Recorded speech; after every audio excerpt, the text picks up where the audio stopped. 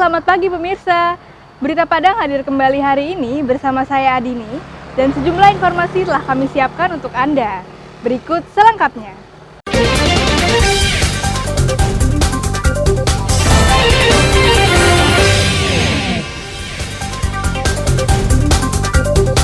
Kecanduan judi daring. Seorang pejabat di pemerintahan Kabupaten Dharmasraya bobol uang kas lebih dari 3 miliar rupiah. Kejari Padang musnahkan barang bukti hasil kejahatan.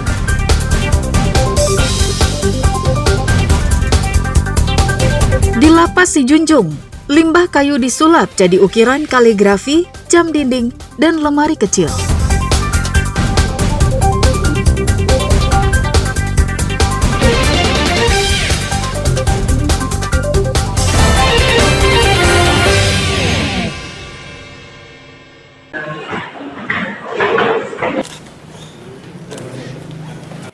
Akibat kecanduan judi daring, seorang pejabat Pemkab Dharmasraya yang bernama Ade Chandra nekat membobol kas daerah senilai lebih dari 3 miliar rupiah.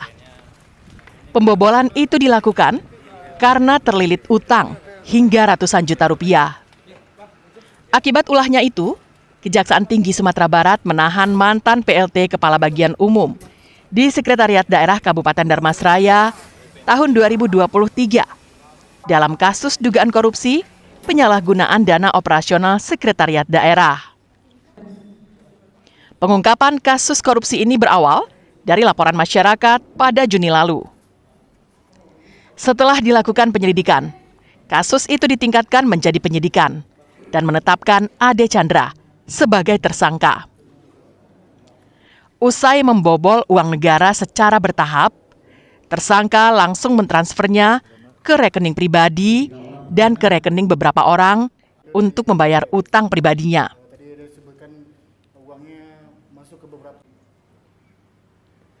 Tersangka AC saat menjabat selaku PLT Kepala Bagian Umum Sekretariat Daerah Kabupaten Dharmasraya, tersangka menyalahgunakan dana operasional Sekretariat Daerah Kabupaten Dharmasraya dengan cara melakukan penarikan anggaran kegiatan Sekretariat Daerah tanpa disertai pertanggungjawaban.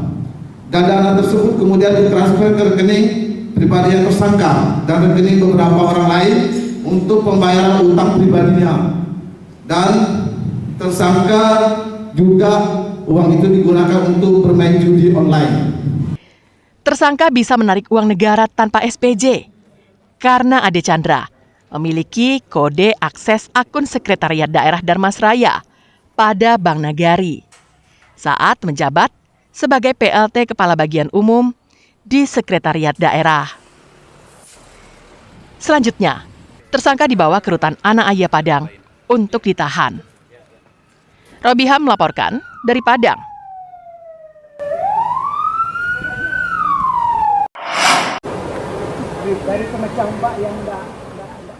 Batu grip pemecah ombak yang dibangun pemerintah sepertinya tak banyak membantu. Buktinya, abrasi pantai Pasir Jamba masih tetap terjadi. Bahkan dalam setahun terakhir, lebih dari 30 meter pasir di pantai itu telah menjadi lautan. Kondisi ini diperparah dengan anomali cuaca yang terjadi sejak pertengahan tahun lalu. Angin kencang dan ombak besar kerap menghantam objek wisata Pasir Jamba. Pohon cemara yang ditanam sebagai upaya untuk menghindari abrasi juga tak berfungsi. Puluhan pohon itu tumbang karena tanah tempat akarnya bertahan luruh di bawah air laut. Abrasi juga mengancam rumah warga dan puluhan pondok-pondok wisata tempat warga berjualan. Sebelum dihantam abrasi, Pasir Jamba terkenal dengan pantainya yang luas. Jika pasang surut, pengunjung bisa menjelajahinya hingga 200 meter. Namun jika pasang naik, air laut akan menutup pantai hingga setengahnya. Namun kini, kondisinya sangat berbeda. Jika pasang laut naik, maka pondok wisata pun ikut terendam air laut. Kondisi ini telah dilaporkan warga berulang kali ke pemerintah dan telah berulang kali pula ditinjau pejabat terkait.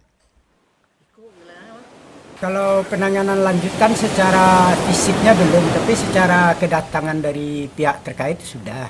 Kalau tidak secepatnya diatasi, kemungkinan ya kita ini habis gitu. Kalau untuk rumah, 2 rumah. Pedagang yang berjualan di lokasi wisata ini sekitar 10 pedagang. Panjang terdampak sekitar 500 meter. Yang ditanam Pemko dulu itu udah tidak ada lagi cemarannya. Pemerintah harus bekerja cepat untuk menanggulangi abrasi di pantai Pasir Jamba ini. Jika tak segera dituntaskan, maka pantai Pasir Jamba hanya akan tinggal kenangan. Alfi melaporkan dari Padang.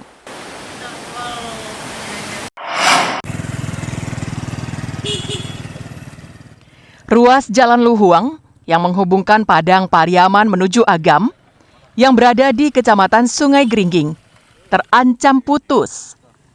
Padahal, jalan ini baru saja dikerjakan akhir tahun lalu dengan anggaran lebih dari 9 miliar rupiah. Pantauan di lapangan, pengerjaan jalan ini terkesan asal-asalan. Sebagian material timbunan hanya ditutup terpal dan kembali ambles karena digerus hujan deras.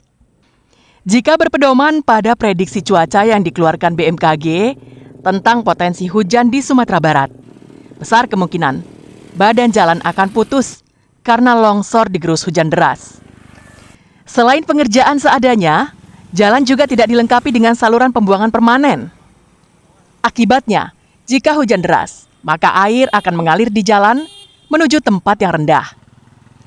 Aliran air itu membawa serta pasir dan batu yang menjadi material jalan karena jalan ini tidak diaspal.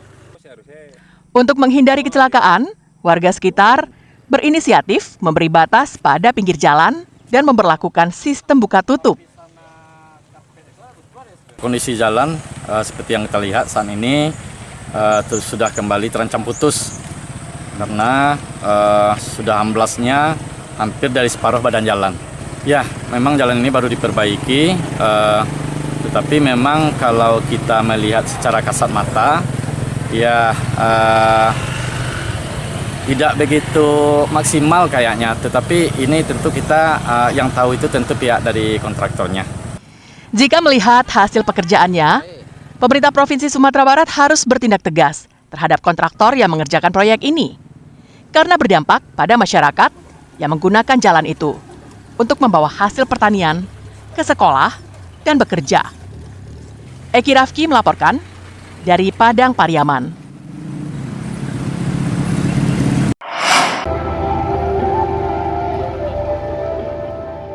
Kota Bukit Tinggi merupakan salah satu destinasi wisata favorit di Sumatera Barat. Taman Marga Satwa Budaya Kinantan, atau yang kerap disebut Kebun Binatang Bukit Tinggi, menjadi objek wisata favorit yang dikunjungi wisatawan lokal maupun mancanegara. Di kebun binatang ini, terdapat ratusan koleksi satwa dan benda-benda sejarah yang menarik minat pengunjung. Berbagai inovasi terus dilakukan pemerintah kota untuk menambah daya tariknya. Salah satunya adalah menjadikan objek wisata berbayar itu sebagai arena edukasi. Pengunjung bisa mengetahui jenis dan nama koleksi satwa, bahkan dapat berinteraksi langsung dengan satwa, seperti burung, ular, hingga gajah. Inovasi ini menarik minat pengunjung. Salah satunya Halan, yang sengaja membawa buah hati mereka untuk melihat dan berfoto bersama burung di Kinantan Bird Park. Jadi dengan adanya bisa kita berfoto langsung sama aneka burung yang ada di Taman Binatang Kinantan ini pasti jadi semakin banyak pengunjung yang akan datang ke Bukit Tinggi. Otomatis kebun binatang kita ini lebih hidup. Nah, seperti itu. Setiap burung dan ular yang ditampilkan didampingi oleh pawang yang berpengalaman, sehingga pengunjung dapat mengetahui informasi terkait satwa yang diperagakan. Sekarang ada 4, kalau yang di bawah di pintu keluar juga ada burung predator, yaitu buffy fish sama bubur Sumatera. Terus ada kakak tua juga sama burung nuri Maluku buat edukasi sama interaksi sama pengunjung. Untuk saat ini kita setiap hari weekend, Sabtu Minggu ada terus tanggal-tanggal merah. Kebun binatang merupakan salah satu sumber pendapatan asli daerah Bukit Tinggi. Hingga akhir Oktober, retribusi yang dihasilkannya mencapai lebih dari 11 miliar rupiah. Tidak hanya memiliki koleksi satwa, di lingkungan kebun binatang juga terdapat Museum Rumah Adat Nan Baan Juang, Jembatan Limpapeh, hingga peninggalan sejarah yang ada di Benteng Fort de Kock. Dina Amrina melaporkan dari Bukit Tinggi.